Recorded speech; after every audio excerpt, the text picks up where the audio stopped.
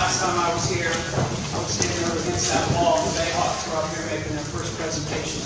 November 30th. And it was November 30th, and 2017, last time I was here.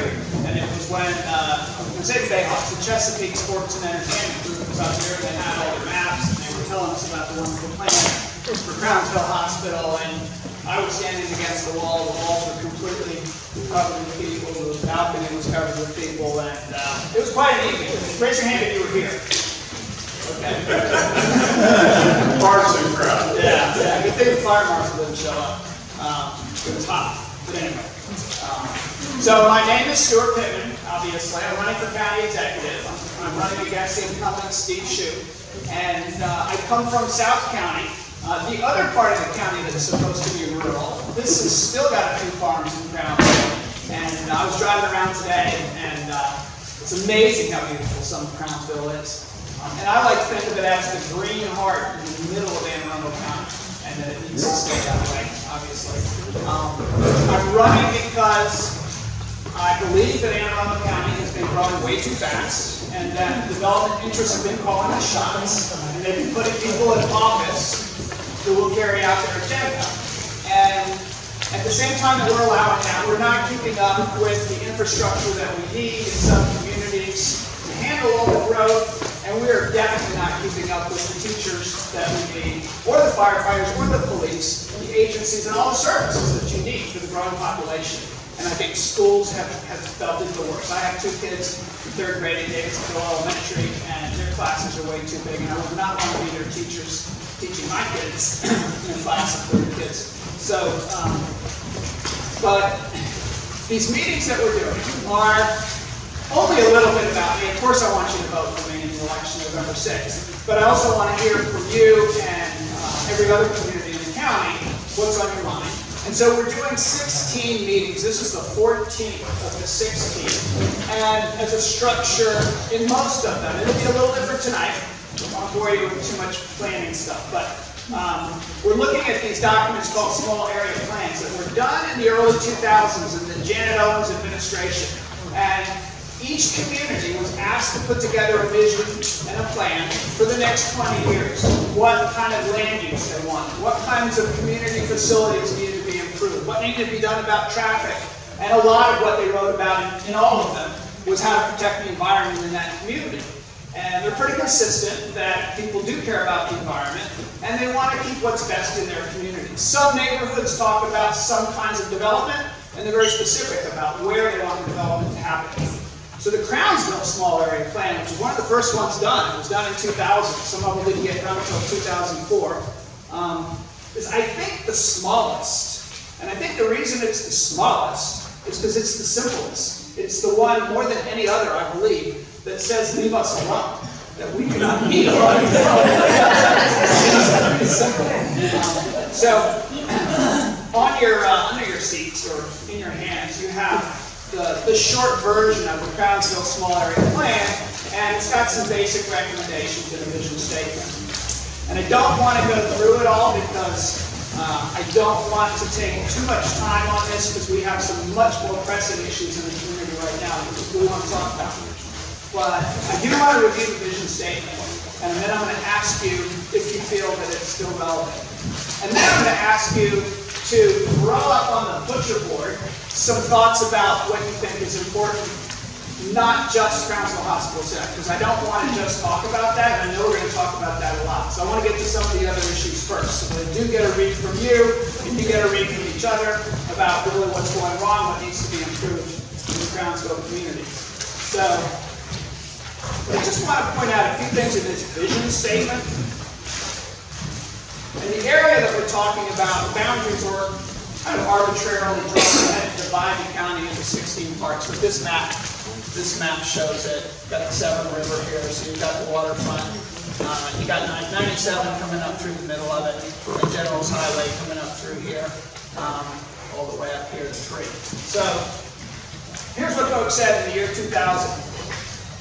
Crownsville area is defined as a green belt and functions as a buffer between Parole Town Center and Odenton Town Center in the Crofton area. The Crownsville area is to retain its rural or semi-rural character. Its rich heritage is to be preserved through protecting its extensive woodlands and natural beauty, historic sites, buildings, and roads. They go on to talk about a community center is envisioned to bring people bring together future public facilities in a convenient location and to serve as a focal point for the Crownsville area. A lot of the small area plans talked about the need for community centers and a place for people to come together and feel like they're a community. A lot of that is lacking in our county, I believe. Not an easy thing to accomplish, sometimes an expensive thing. And then it says surplus property at Crownsville State Hospital site would be preserved and enhanced as a major public asset to the area, serving community needs through adaptive reuse. There's some talk about roads, but most of the small area plans complain about traffic and they're very specific about what needs to be done. There's less of that in here because the hope is that there'll be less growth. So that's simple. That was the small area plan. I mean, they're talking about the exact same things that we've all been talking about. So has anything changed? Is it still relevant? Yes. Yeah. Was anybody here involved in writing this small area plan? Oh, good. All right. Anybody want to say anything about the process? I know. You were the chairman. Can you just tell us something about that process? What it was like? And introduce yourself. A lot of debates, and we looked at each piece of property and decided it was all rural. There were a number of properties that people wanted to expand on to make commercial, and we decided as a committee that it would not go commercial. There were a couple of commercial areas defined in the last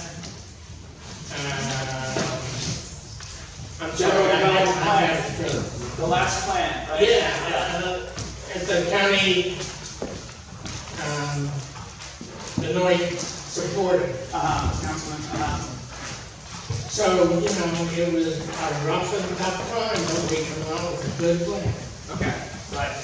So and this is true everywhere, that we have communities who say we want to have things zoned a certain way, and then you have development interests who say, oh, but I want to build, and so you do have that conflict, and it goes on at the county level all the time. And that's part of why I'm running for office. That's part of why politics matters, is that the county government does control zoning, and the county government does decide who gets building permits. And modifications and variances do go through the county, and they can be stopped, apart from what you might hear. I skipped over a part. I want to make sure that anybody in this room who represents an organization is introduced, whether it's a community organization or any other that they're representing. So introduce yourself, because you said what you said, but you didn't say your name. Konyansky. All right.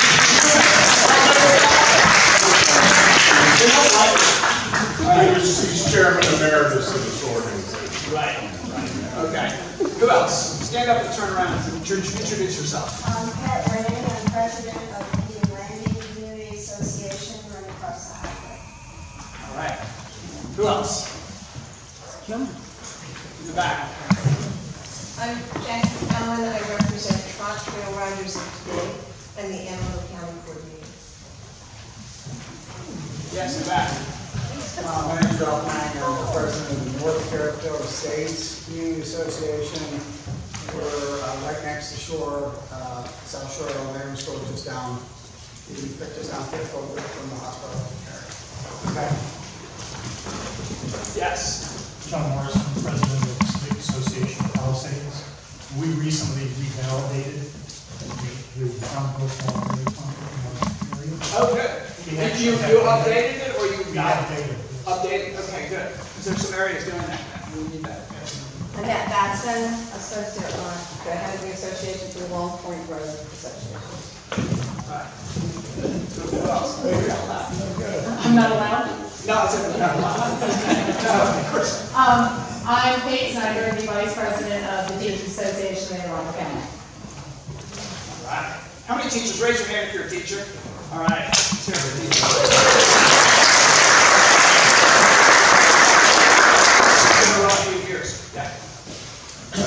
Neil Litzell, I'm the unofficial, unelected, self-declared mayor of Crownsville Road.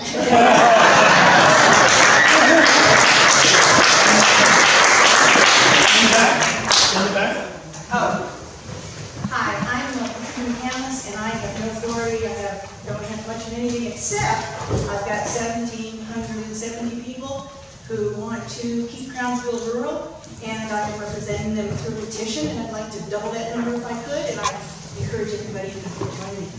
So where do they go online? Where do they go online to sign your petition? I have flyers back here that have actually the petition link on the bottom. If anybody wants to grab one, I also plan on passing them out through the General Highway Quarter. And I also have John Hamm who's advising me on how to continue this my goal is to have a strong voice. I don't care what we plan, it's going to be good, but I want a strong voice to tell people that we don't want a large development on that side. All right. I signed the petition. I hope you all have to. One more. Yeah, you can. I'm John Hamm, more than one more, but I'll go. I'm John Hamm, and I'm the newly elected president of the General Highway Council. And so thank you for coming. Last week we had planning and zoning here, and we had 120 people in the room. It was marvelous. This turnout's fantastic, so thank you for coming. And you were going to do. I'm Maureen Sherman, and I am a board member of Harold Harbor Citizens Association. I'm here representing the county of Holdesham, and I'm chair of the action in Earl County. I'm Scott Blackadder. I'm a neighbor nearby, and I sort of informally represent the neighbors of Milledgeville Park, a newly formed park right around the corner. Okay. Joyce Rosencrantz, I'm on the board of Separate Association. All right. Good. Okay. Oh, yeah. Beth Rogers, Fall Timbers Community Association. All right. I have a feeling Crownsville is organized. Lots of organizations, which I appreciate. I spent 9 years as a professional community organizer, believe it or not, and it's my passion. It's not government expense. We have okay. So we have Vanessa over here taking copious notes. I mean, not Vanessa, Jennifer herself, and taking copious notes. And she's going to be also sending you all a survey that anything that you don't say tonight that you want to make sure that we hear, you can write in the survey about the community or anything else you want to say. And she's going to be putting out a report later. All of those small areas will have some brief reports on what happened. And then we have Sienna Scott, who's our scribe, who's going to write up on the wall anything that you say that she thinks is worth writing down. And so I just want to open it up to comments before we get into the Crownsville Hospital Center about any of these topics: education, things that need to be done, things that move you, education, development, environment, transportation, public safety. Where's miscellaneous? Or miscellaneous? Yeah. So, but before we even do that, I wanted to introduce the community leaders first, and next I wanted to introduce candidates who are running for office besides myself, who are in the room, and there are some. So, Tracy Havermel, here. I'm Tracy Howard, and I'm not going to stay out here in District 33.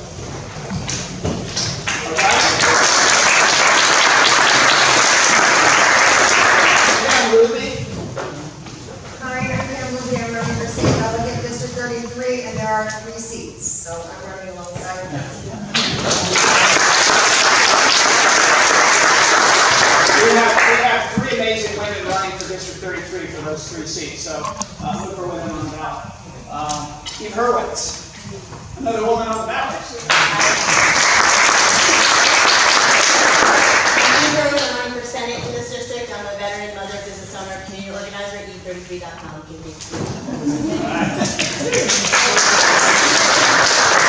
And Lisa Rodnian. I'm Lisa Rodney, and I'm hopefully a future councilwoman for District 6, which is Crownsville up to Harold Harbor Road. And I just think it's really important for you to know that part of my campaign is I'm not taking any donations from developers or corporate PACs.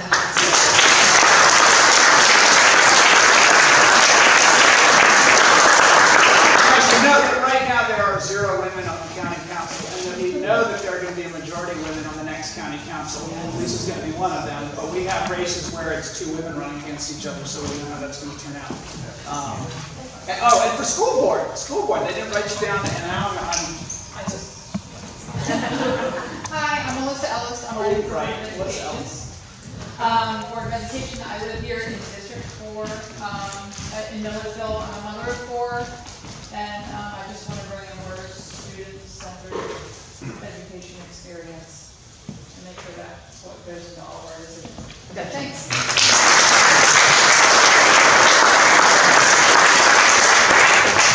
And Anne Arundel Ann in the back. Oh, yeah. Hi, I'm Ann Coltlitis. I'm running for State's Attorney. I'm an 18-year resident of Crownsville, and I was actually in the State's Attorney's office for 25 years, and I was your interim State's Attorney for 2, and I'm running 28.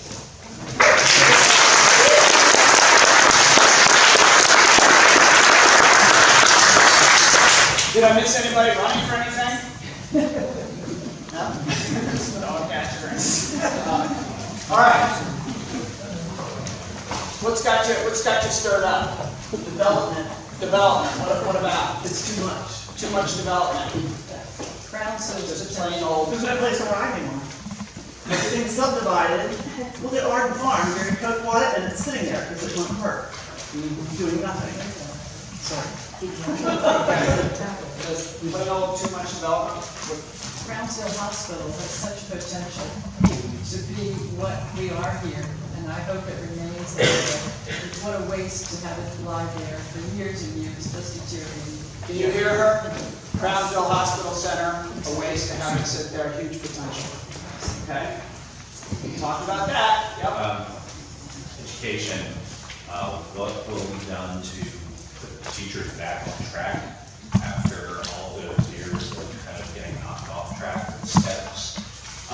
And what can be done to reduce workload and class size? I teach at the Park High School, and we can see the classes growing and growing and growing. Right, so class size is growing, teachers not getting paid enough. And let me just reflect back one thing. He mentioned steps. What he's talking about is when the teachers were hired, their contract said that they would have annually something called the step increase, which is part of the raise, and then you have a cost of living. They were supposed to be guaranteed these step increases. And during the recession, they didn't get them in a lot of counties because the money wasn't there. After the recession, other counties restored them and we did not. So that's one of the reasons why Anne Arundel County teachers are getting paid less than our neighboring counties, and we're losing good teachers to other counties. So restoring the step increases is one of the things that we need to do, in my view. Class sizes grow and we don't have enough teachers. They say we're 400 short, and our tax base is growing. Our revenues are growing by about $50 million a year, and it's a question of priorities, in my view. The money is there to be able to do what the teachers need.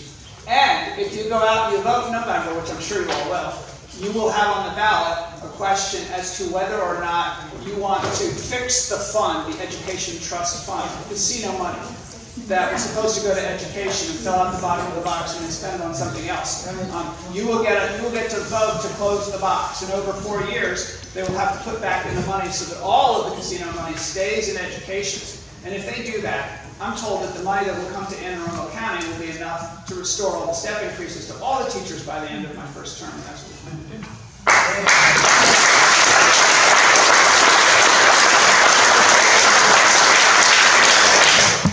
The residential development Ridges at Broad Creek, also known as a Ramshead Dump.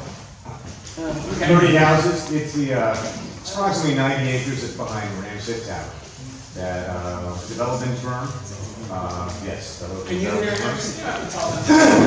The 90 acres that's behind Ramshead Roadhouse. They want to build approximately 29 houses. It's in final phase at this point, which doesn't mean it's going to be done. It has to go now before planning and zoning. And I took the liberty of reaching out to the civil engineer directly. Denise's name's publicly accessible, so I called him. I said, what's going on? Couldn't get an answer anyway. And when Phil was here, Phil Hager, planning and zoning, couldn't answer the question, so we figured I'd ask her. The short of it is, it's going to be 90 houses on 20 of the 90 acres in that property. The EPA, the Maryland Environmental Protection, has stated that that 50+ acres is quarantined because it's contaminated. Yeah. Why do we want to build houses on something that we know is already a problem? It's a concern. The association with the development firm, et cetera, notwithstanding. Question about public utilities there. They're going to have, they're all going to be individual septic, but they're going to have a shared well. Since I live in Rolling Hills, my neighborhood will be most adversely impacted. Just east of Ramsey Tavern, they're going to have a single mega well that's going to tap through the McAfee into the Patapsco and support the 30-some-odd houses in there, which adversely impacts my community as well as everybody else in General Silence. Wasn't that originally a junkyard? Yeah. It was, yes. It was unquestionably a junkyard. Yeah. It's not a landfill. By definition, a landfill is actually sanctioned as a land that's filled. This is a dump. There's no filter. There was everybody that put whatever they wanted in there and privately owned for years. So there's the only records we really have are conversations through individuals and tests that were done, and personally walked through parts of it, and I can attest to the vehicles that are buried in there. I had been there when the thing was still a junkyard. Right. You would see the oil leaking out, the transmission fluid, everything. It was on the ground. It was, heat and everything else. I mean, It's a mess. It's a mess. It's a mess, guaranteed. Did that person, the representative that you talked to, give any assurances how they can build a well without breaching the aquifers and contaminating other aquifers? The reason why the contaminated area, the well is in theory, again, this is all, I don't represent anybody, but just the residents I live in. It's my understanding that that single well is going to be outside of that contaminated. I mean, if you look online at some of the stuff, they've actually got clear buffer areas around the property. There's a house here and a buffered area for this quarantine area that's intended for green space or whatever. But they have to have that single well, a point of penetration that's going to be monitored, because if they penetrate all those well sites throughout all those 20-some-odd houses, there'd obviously be more contaminants. The short of it is, it still has to go through final permitting set. They're midway from the civil engineer's statement. So Bill Hager's group has to review it. He doesn't seem to be up to speed. I think it's our civil responsibility to make them painfully aware of the history that we know. The residents that intend to live there need to be painfully aware. And I just think it's our responsibility. I'm not saying we don't need to build houses. We have houses throughout communities that are for sale. It's not that we're in a surplus. I just don't think this is a responsible use for that property. All right, so we got that. Thank you. And people, let me say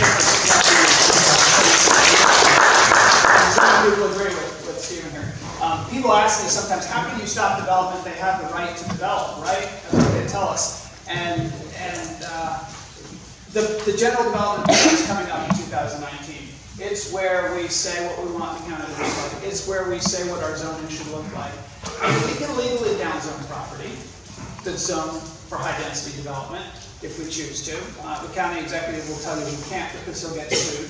But it's done all over the country. It's perfectly legal. It's why we have a general development plan process and why we have a democratic process that feeds into that. But we also have a planning, zoning department, and inspections and permits that the culture changes under different administrations. So the numbers of variances and modifications that have taken place and the relationship between the developers and the staff there is very different now than it will be if I'm county executive.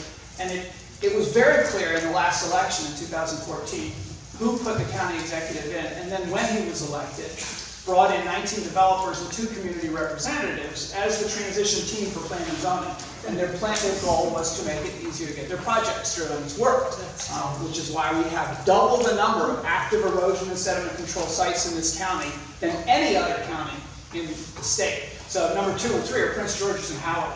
We have 1,500, they have about 800, and we have the same number of inspectors trying to inspect those sites, so they have 3 times the workload, which is why every time it rains, you see all of the dirt ending up in the water. But it is possible to block these projects. Even the enclave in Crofton that you've been hearing a lot about has been going on for a long time, but there have been a lot of delays because the community organization has said, What about this modification? What about that modification? Let's take a harder look at that. And it's an election year, and so they're taking a harder look at it, and we're slowing it down. We can downzone that property in the general development plan. We could kill that project, and we could lower the value of the land to the point that they might actually sell and preserve the land, or the developer walk away. The developers usually don't own the land until they get their permits, so they walk away when it gets difficult. So, yes. Hi, Steuart. Michelle Danoff, Neighbors in Mayo Peninsula. And my recommendation for you is to do what we did, is you all, as a community, demand an aquifer study. When we had the moratorium lifted, because we had a moratorium on our peninsula because of our aquifer, and the health department actually put the moratorium for building on, but it's been lifted, and we went to the health department and said, okay, so what happens with the arsenic? What happens when wells start to go dry? What are you going to do? Who's responsible? And they went, guess we need to do a study. Everybody starts sending emails demanding an aquifer study for this piece of land. Squeaky wheel gets the grease, and we're here to see what you guys are doing, and say we need all of our communities to kind of stand up together. I can tell you what peninsula you were from. Mayo Peninsula. Mayo, okay. And is there anything on your website about the aquifer study? Yeah. Good. They're working on it now. They haven't finished. Still working on it. Yeah, and listen to what Michelle just said, because they go to their website, go to Neighbors of the Mayo Peninsula. I was inspired to run for this office because Neighbors of the Mayo Peninsula was organizing, and you all were organizing, and there's a network of organizations all around this county that are all part of the Growth Action Network, and they were saying the same thing, that development is reckless, we don't feel like we have any control, everything's out of control, and that's what inspired me to run. I mean, I realized at that point that there is another way, and that we can put local county government to work for us instead of the developers, and we can define the land use in this county. All right, let's environment. Yes. Yeah, 97. Could you stand, please? 97 is a problem after you get to Route 5, where we have half an interchange and then it goes to 2 lanes, and it's chronically backed up right there. So it's a problem. Yeah. Yep. And there's a transportation master plan that is supposed to be looking at these bottlenecks, and it'll be part of the general development plan. The question will be whether anything gets funded, or whether we can get, of course we have to get state funding for that. We have to fight for it, we have to push for it, we have to elect the right delegates to go and get the money that we need to solve them. Yes. Could you stand, please? Cindy Rafferty, Carroll Harbor. Back in the 2000 plan, we had listed adequate transportation as one of the goals. There still hasn't been a change in that. And even though we've never been able to, and probably won't ever be able to bring public transportation down into this corridor, if they could expand at the state level, the mobility parameters, then this area could get included in the mobility, and then those people who need access to public transportation would be able to get it. That would be one limited thing that they could petition the state to do. So expand the mobility area? Expand, yeah. If there's a type of transportation that can connect people to existing public transportation, but it's got a small radius, and we're outside the radius. And so, even though it wouldn't affect everybody, it would at least help those who are less privileged and less served. Right. Some people are getting older and can't drive. We read in the Capitol that it was a quarter of our population couldn't afford the basic necessities of life 6 years ago, and now it's grown to a third of our population. This was the United Way study that they reported on recently. So, while the median income is going up in our county, the numbers of people who can't afford the basic necessity, who work low-paying jobs and need public transportation is growing. What else? I have a question about what you said about changing the legal system. You have to go to the state and change how getting permits was done to make rules like PG County has. And I would like you to explain how that would work better and whether you think that would be easy to get through the state. delegates. So there are a couple things that Prince George's County does. I mean, one of the state issues is that our general development plan doesn't have the teeth in it that it should, and it doesn't have the power of law. And Anne Arundel County has actually fought to try to make it weaker when they didn't want to comply with the development plan. But we could pass a state bill that would make it law, and mean that our comprehensive rezoning had to match what the citizens said in the plan. You may be talking about campaign finance from developers. And that requires it too. Okay. So one of the things that I usually is the big applause line in the stump speech, when I'm not doing a stump speech tonight, is when I say that in Anne Arundel County, we need to ban campaign contributions from developers when they have applications in the pipeline. Go ahead, applaud. Yeah. And some people say, oh, but that's not constitutional, right? But it's been done in other counties. They did it in Prince George's County because things had gotten pretty ugly there, and they needed to clean things up. There was a perception of pay to play. And so in Prince George's County, that's how it works. And it's not only the developer, it's their agents, it's their lawyers, it's their engineer, it's their architect. And it takes most of the money, it would take most of the money out of our local politics, at least at the county executive level. So it would level the playing field quickly. We would have to get it passed through the General Assembly by our... Their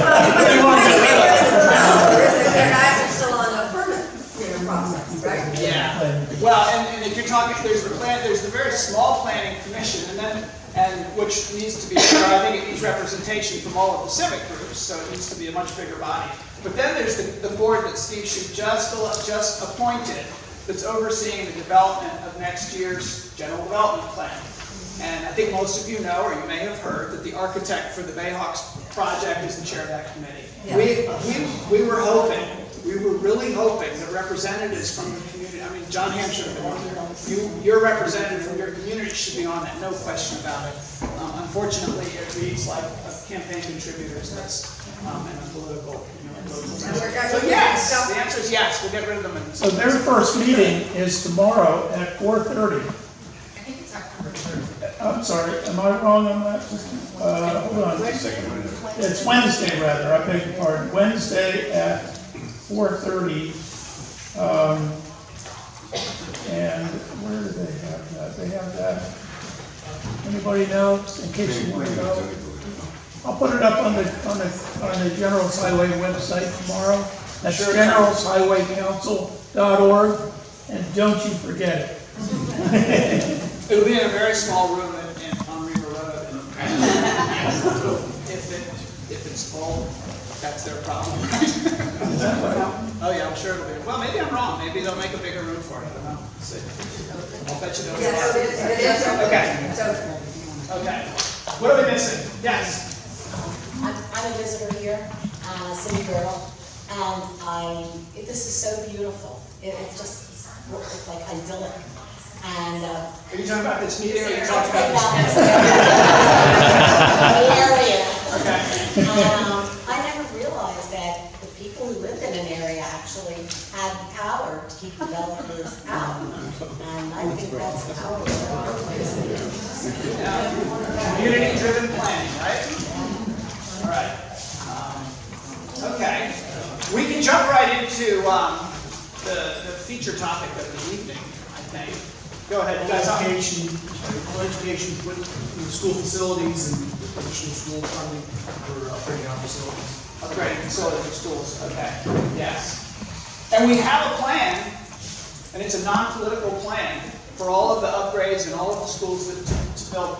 And my commitment is to stick with the plan because I think it's a fair plan. And what's happened in the past is that some communities that are louder than others get things done, and often the communities that have the least political power, which tend to be the communities with the worst schools and the lowest income, end up being shoved off and shoved off and shoved off. So we got to stick with the plan. Can I just say that the meeting is at 4:30 to 6:30 at the Chesapeake Room of the Heritage Office Complex at 2664 Riva Road in Annapolis. Open to the public. How big is that room? It's not very big. I know. So you want to get there early. Could you repeat that, please? About zoning, I think if you put it on the ballot, or I'm not sure, but it's question A about zoning on the ballot. Yes, so Could you repeat Chris that? Trumbauer, who is your representative, and is going to be replaced by Lisa Rodney in the election, we hope. He's always recognized that there's been a problem with the way that the county has done development. One of the things he insisted on was putting money into the budget to get public input into the general development plan, because there was zero. They put a little in. But the other thing that upset him was that when we do spot rezoning, when a developer goes to a county council person and says, I know it's not that time every 10 years where we do the rezoning, but I really want to make more money on my land, so can you upzone it so that I can build something? And that county council person, all they have to do is they go to the county council and they get a majority and they get it done. And there's no public notice requirement. So next thing you wake up in the morning and it's been done. So there's a charter amendment that was introduced by Chris Trumbauer that requires public notice for the spot rezoning. So it's important.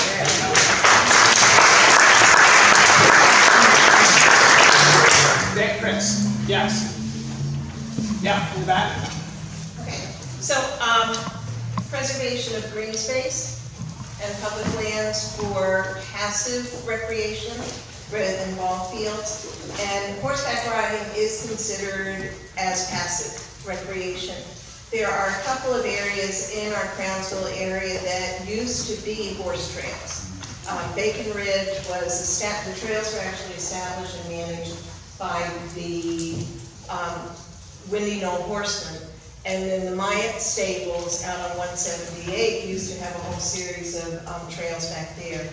We would like, those of us who have horses in the Anne Arundel County would like very much to expand our riding opportunities here. For those of you who don't know, most of us trailer out of the county to go ride because we do not have enough public riding here. So we pay and buy our gas out of the county, we spend our money out of the county. And unfortunately, people are moving their horses out of the county, which lends to the possibility of more development of farmland. Yeah, I'm a little biased on this one, since you made that. But I do have to point out that in a place like Anne Arundel County that is, one could say, suburbanizing, that the last stand of farms, last agriculture standing is usually for horses, and the reason is that it's one of the few things left that you can make a little bit of money and pay your bills because there are so many people in the community who want to connect with horses. And you all have in your community Maryland Therapeutic Riding. Has anybody ever been there? Amazing place, yeah. So there are still some farms here, and your small area plan says keep farming commercially viable because that's what maintains open space. Yes. There's an old farm off of Old Harold Harbor Road. A lady named Pauline Maloney owns it. She sold her property to the Therapeutic Riding Center. And on the other side of that tree line drive is Gary Cook, who owns all that, who got permits for 34 houses. Which I Gary don't. Cook donated that to Maryland Therapeutic. He did? Yes, he did. Gary Cook bought the whole farm. And Gary donated that part. Gary So donated it to Maryland They Therapeutic. didn't get that from Pauline. I was about to say something But else Gary about didn't that. donate his. It's okay. Gary didn't donate the other part of the land that he got sold for 34 houses. Well, the back of it, now he still lives back there. I know she did. Yeah. I got trailers back there. So Yeah. All right.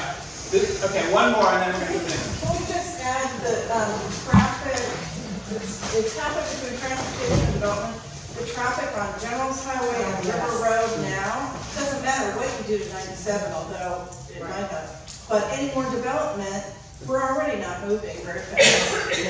And that's not even when the Renfest is here. I think it's safe to say the development we want to see is fixing 97, right?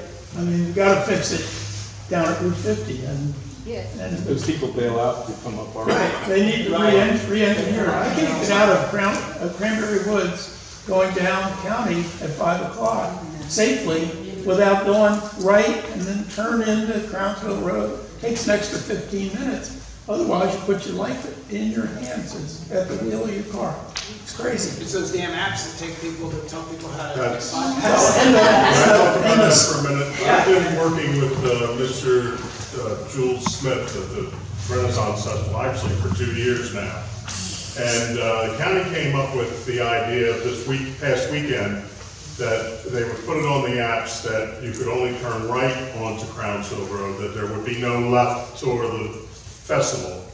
Everybody around here knows Honeysuckle and Chesterfield were our outlets so that we could live normal lives when the Renaissance Festival was going. Now with the apps, River Road every artery fills up with people. So the county said, well, we'll try this. Unfortunately, too many people know about Honeysuckle and Chesterfield as alternative routes, so their idea of putting the right turn only lasted less than an hour.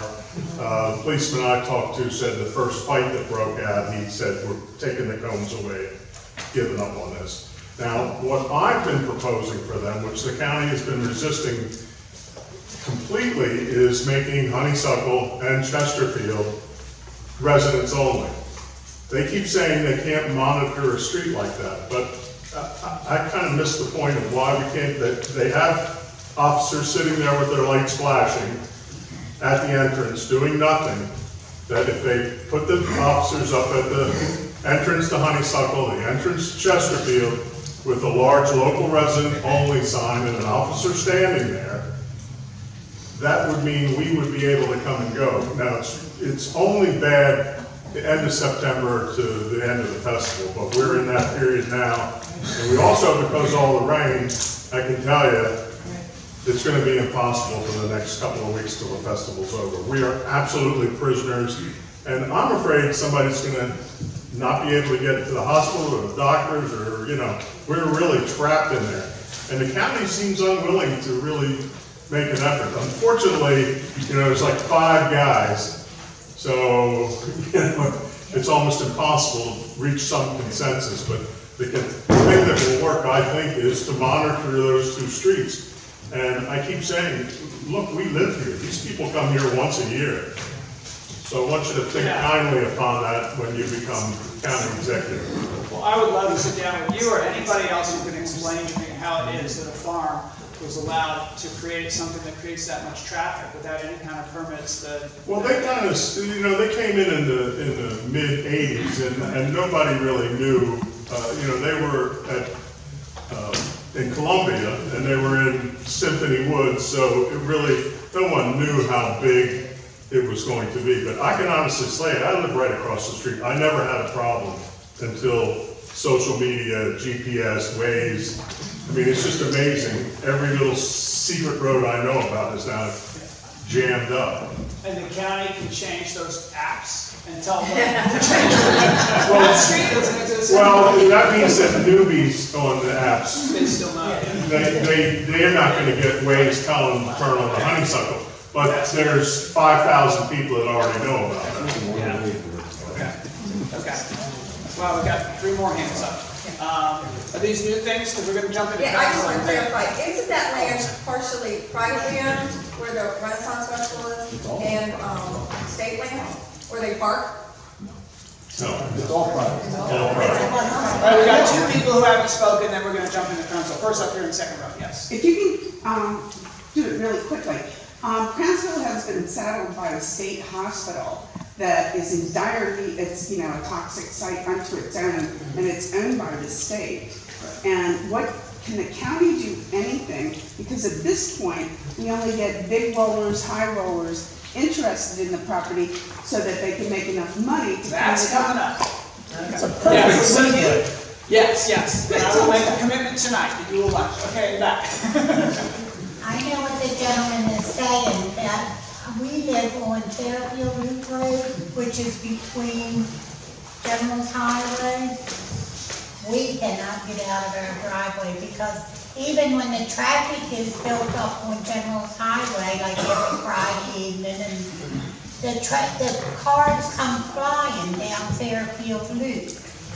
2 years ago, I almost had 2 grandchildren hit. They were catching the school bus. We had asked the county for humps in the road, to slow the traffic down, but they couldn't do it. They said because of the nursing home there, and it would slow down the vehicles, But I agree with the gentleman there, it's terrible trying to get out of the road. Yep. And then they deactivate our lights we used to be able to wait for the green light, well, on the weekend, they'd deactivate that, and it's just. I'm surprised it took this long in the meeting before the rent festival. And they tried to move into South County, and gotta say, nobody wanted to come there either. Let's move on to the, is this very quick? One other item, yeah. Okay, very quick. Support and protection for the county fair. Right, okay, I'm gonna talk about the history of that a little bit too. Okay, so, and one other thing that we've done in a lot of these forums that we're not gonna do tonight because we will run out of time if we do, but a lot of the problem as I see it for community organizations, for people in their neighborhoods, for citizens, is lack of transparency and lack of information about what's really going on. What's the status of all the recommendations? What's the status of this development project? Why isn't there a site where you can click on a map and find out, see the application and see what's going on? So basic transparency and data. And if you want to talk about how we can improve that, you talk to the guy in the back of the room, the big tall guy, Ben Burge, after the meeting. Ben Burge usually does a briefing at these about, he lives in Anne Arundel County, but he works in Prince George's, about the county stat program they have there. He's proposed that we do something called Arundel Stat. I want to be able to look at every department of county government and know how they're measuring progress on goals that we set. We don't set goals in Anne Arundel County, but we will set goals, and we need measures of progress. And I want the public to look at the same data that I'm looking at as county executive. And I want every neighborhood, every small area, to be able to click on their neighborhood and get the information that the county has, as much of it as we can dump onto the site. And that's where people like Ben come in, who know how to do that, and make it public. It's a movement nationally for open government. Anne Arundel County is not part of that movement, and we need to get on board. So you can talk to Ben or me about that, but it's an important part of where we're heading when we take office. I also want to quickly introduce Heather Bagnall in the back, who's running the third of the District 33 women.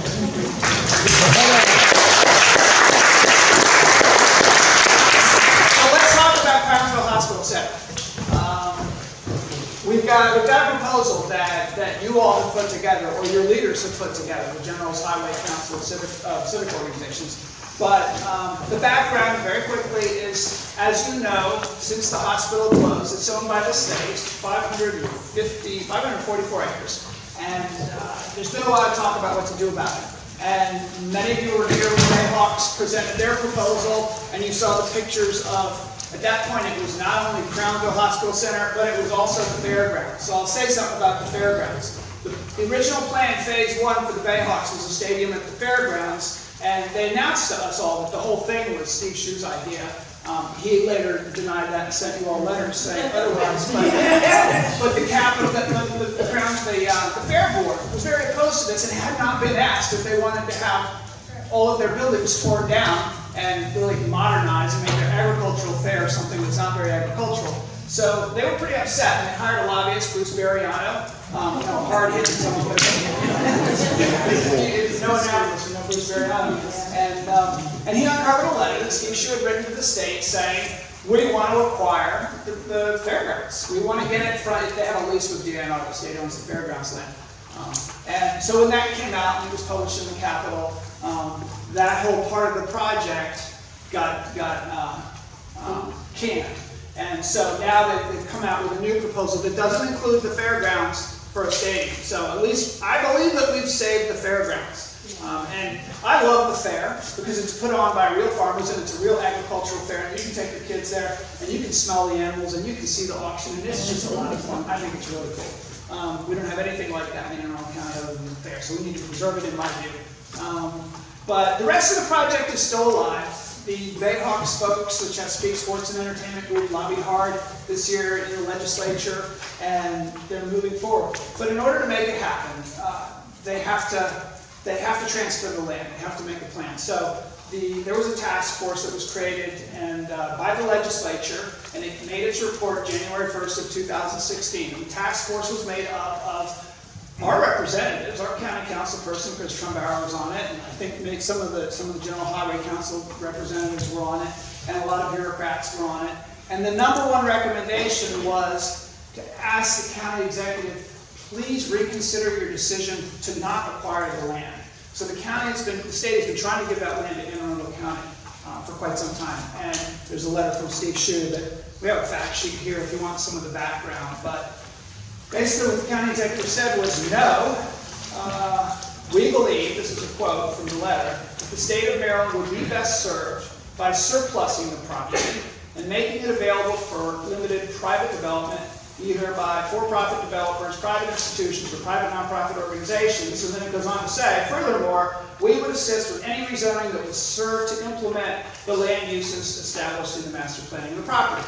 So we know that for the Bayhawks project to go through, and it includes 22 ball fields, a stadium, hotel. The hotel and restaurants come later, but they say that they can't operate without the commercial side of it. That means an interchange off of 97. That means sewer and water, but they've already got it in master plan coming down on the other side of 97 and hooking in. That means rezoning from residential agricultural to commercial, and it probably means hundreds of millions of dollars of tax dollars investment to make the whole thing work. So there it sits, and now we have a new proposal. Because I don't think many people in the community were real excited about the Bayhawks proposal. And so I'm interested in hearing what you guys have. I should say that I've already sat down with these folks and looked at it. I'm very excited by it. In order to do it, however, I believe that the county will have to have control of the land. And all we need to do is, today I'm elected, I would write a letter to that whole task force as well as the state and say, we will implement recommendation number 1 in your task force proposal, which is we will reconsider the question of whether to acquire Crownsville Hospital Center. If we can control it, I think we can do what these guys are talking about. So tell us what your plan is. All right, thank you, Steuart. Introduce yourself. Stephen Bradford, I'm a resident of Rolling Hills and on the board of General Highway Council of Civic Organizations. And 3 years ago, I stood in this same very room and spitballed an idea that was, it's documented in the task force history and appeared in the Capitol as well. And it simply says, Stephen Bradford thinks Anne Arundel should take a page out of the Annapolis playbook and turn Crownsville Hospital into a solar energy park. So we're back here again, except now I have an audience that's actually paying attention. The short of that, which the narrative I think you have, is pretty much what we've surmised, and we feel it's more of a viable solution and an alternative plan. In short, General's Highway is really the epicenter, as we've said, of the county. And the historic Crownsville Center is the center of our small area plan. So it's safe to say that it's the heart and soul of our community, the county, and it's a tragic fact that it just sits there not being utilized. It's a liability, it's an eyesore, but it does not need to be turned into a developer's dream. The vision of our General Highway Council is simple, and our message is clear: protect and preserve our rich heritage, our historic sites, buildings, as well as our quality of life. Why is preservation an argument? Why? Why is it? Why are we disputing this? We are. Protect our fragile wetlands, our extensive green space, our woodlands and wildlife. Why is environmental protection a battle? We're fighting for this. This is our land in our community. It's owned and operated by the state. The county didn't until recently really want to take care of it or take onus for it. It's a liability. It costs somewhere between $1.8 and $2.6 million between DNR and the list goes on, and DGS to maintain it, preserve it, and there are numerous leases of $1 or less for numerous years, and those tenants need to stay there. They're in many cases special needs, contributing to our community, and they need to stay there.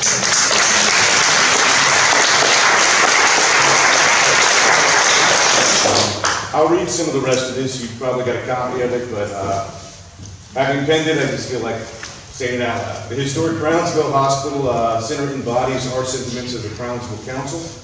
The proposed commercial development of this property with multiple single-use sports fields, stadiums, sports complex, retail and commercial facilities, and a proposed ramp onto 97, all of which we widely oppose. The proposed will not only significantly impact our community, The proposed will, as I read in here, okay, degrade the existing green space, dependent waterways, but exacerbate the load of our already overburdened historic General Highway. And General Highway is a historic road. It's not going to widen. It's not going to have gutters and sewers. It's not going to have a sidewalk. It's a historic roadway, and it's going to stay that way. So we're the stewards of this scenic highway, and we're the guardians of the largest undeveloped green space in the county. And it's our job. Nobody else is going to do it. So my proposal, our proposal, is a state and county-owned, operated renewable energy park on the grounds. Lessons learned from the recently turned on Annapolis City landfill, and what they call virtual net metering. There's a visual display, which I'll stick one up and I'll hold the other one up. These circles represent the two areas of what I call the physical spray fields at Crownsville.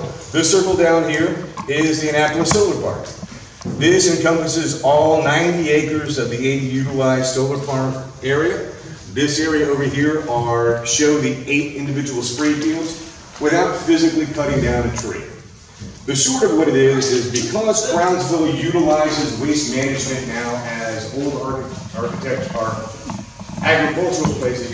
They collect it, the obvious, they put it into a big cistern, you churn it around, you spray it back on the fields, DNR harvests the wheat, feeds the horses. It's the way it's been going on for 100 years. And it's still being utilized to that extent, except it was designed for over almost 100 buildings. Now that maybe 20 of them are being utilized, there's no sewer there. That's the way it's managed. So if we slowly aggregate out these spray fields, turn them into dedicated solar farms to state agencies, a percentage of that money through what they call virtual net metering, very much like the solar panels on the roof of your house, you are taking ownership of that. So DNR, health and mental hygiene, they can all take onus of that, take a percentage of that and return it back into this facility. And by doing so, they can help to maintain and offset the cost of maintenance, historic preservation, and all the things that generally a developer would not necessarily do. And the magical part of it is, it's all, well, as we speak, we're going through right now at to get that Crownsville Hospital settled in a way that we can enjoy it for generations and the traffic will be good, and that's a cost, that's additional. Yeah. How much of the property on the other side of 97 is actually part of Crownsville Hospital Center?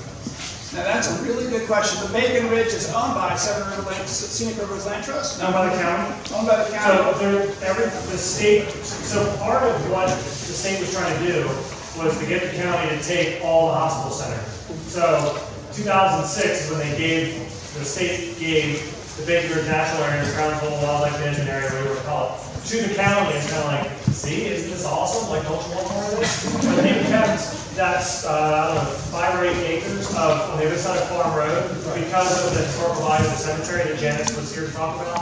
And so they wanted to keep control of that. And so the state maintains control of the access across Farm Road to that field on the other side. So, but everything else is owned by the county, preserved in perpetuity, never to be developed under easement through MEC and Scenic Rivers Land Trust. So it's never ever going to be developed other than what we're doing. Isn't there more land that belongs to the parcel or the Crownsville Hospital? More so than just the. Scenic Rivers Land Trust owns none of it. More so than just the cemetery. Isn't there more ground over on that side of 97 that's part of the hospital grounds? So everything on the west side of 97, other than that small area, is owned by the county now. State highways owns a bunch of land, most people own a bunch of land, but yeah, I'm intimately aware of the borders having height them all. Yeah. Okay. Yeah. Yes. The Scenic Rivers Land Trust owns, I think, 600 acres of that. So No, they own none of it. They own 0 of it. they're maintaining. Well, but it's an easement with them. The easement is Okay, they have The easement just says you have standing in court to sue if they do anything against it. Another thing I'm intimately aware of is Scenic Rivers Land Trust. One of my best friends is on the board, and we're working very closely on this whole project. Scenic Rivers Land Trust owns none of it, for sure. Okay. They're protected. Okay. I was just going to say to Patricia, as I think she knows, that the Maryland Stadium Authority really does a lot more than stadiums, and they would be the ones to do some kind of feasibility study, and that's what they were going to do. And Secretary Neal asked them to do, and we managed to put a kibosh on last year. So they were going to spend $500,000 on a feasibility study. Well, why can't that be spent on the feasibility of this project as well? And so that's who it would do the feasibility study. That makes sense, the Maryland Stadium Authority. I thought they were still doing the feasibility study, but maybe I'm wrong. They, Mr. Shu just got there was a part of it that, sorry, I don't know too much about this. A part of it that was for the Department of Transportation to do a study of an exchange in Crownsville at Farms Road. And that's what the state is now doing, because Mr. Shu asked them to do that in a letter to the Department of Transportation in May of this year. So they are going ahead, but that's just one component. As far as I know, and I do regularly check with the Stadium Authority and checked in the past 10 days, and there has been no motion on the larger Stadium Authority study. But here's the news if you're a reporter. The news is that the recommendation number 1 of this task force was request that Anne Arundel County reconsider taking ownership of the property. That as of December, early December, when I take office, that will happen. We will reconsider taking ownership of the property.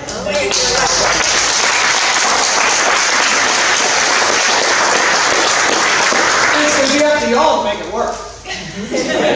We're all going to come together and make this thing work. But I think we have to. So that's enough on this, right? It's a plan. It's not. The details are not worked out, but I think the right people are at the table, which is you all, and we can make this happen.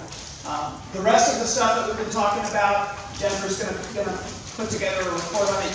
She will email you the survey. You can say anything that you haven't said tonight, and we'll put that together. It's very important to me that when I take office in December, we got to get cracking on that 2019 General Development Plan.